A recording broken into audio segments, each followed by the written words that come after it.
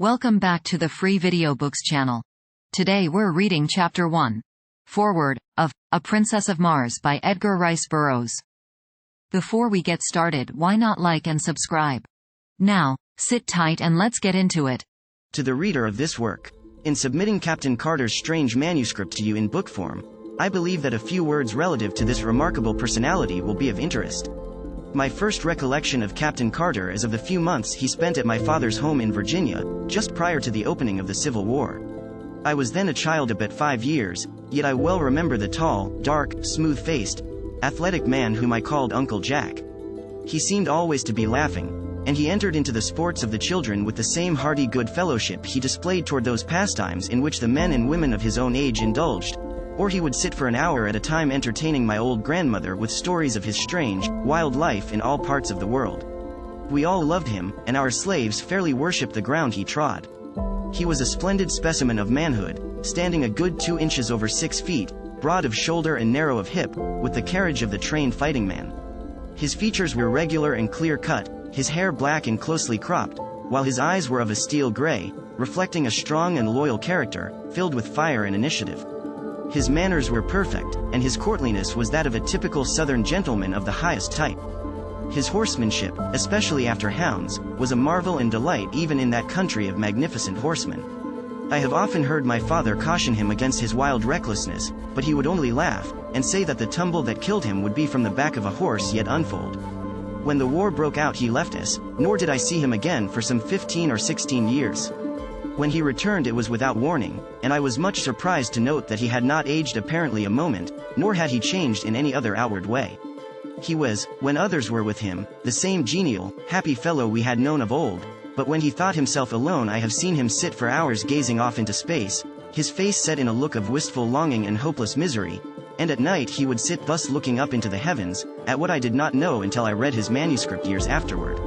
He told us that he had been prospecting and mining in Arizona part of the time since the war, and that he had been very successful was evidenced by the unlimited amount of money with which he was supplied.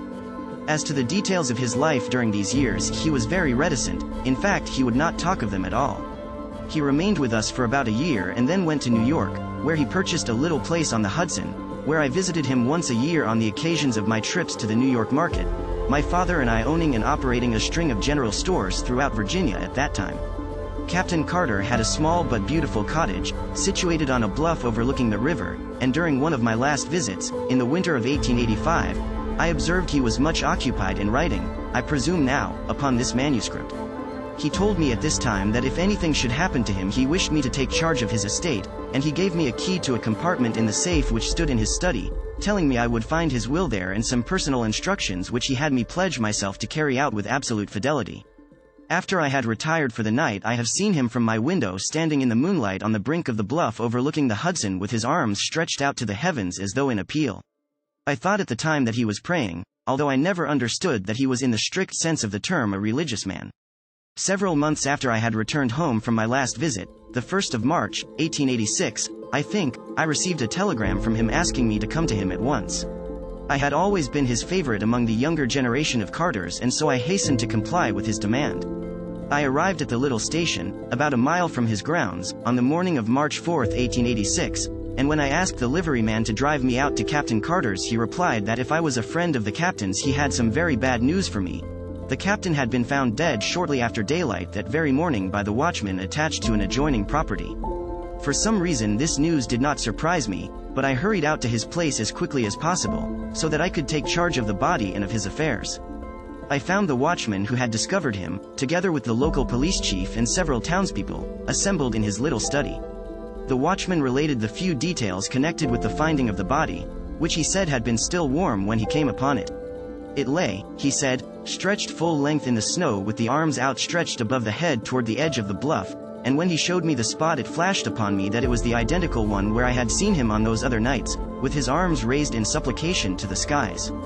There were no marks of violence on the body, and with the aid of a local physician the coroner's jury quickly reached a decision of death from heart failure. Left alone in the study, I opened the safe and withdrew the contents of the drawer in which he had told me I would find my instructions. They were in part peculiar indeed, but I have followed them to each last detail as faithfully as I was able. He directed that I remove his body to Virginia without embalming, and that he be laid in an open coffin within a tomb which he previously had constructed and which, as I later learned, was well ventilated. The instructions impressed upon me that I must personally see that this was carried out just as he directed, even in secrecy if necessary.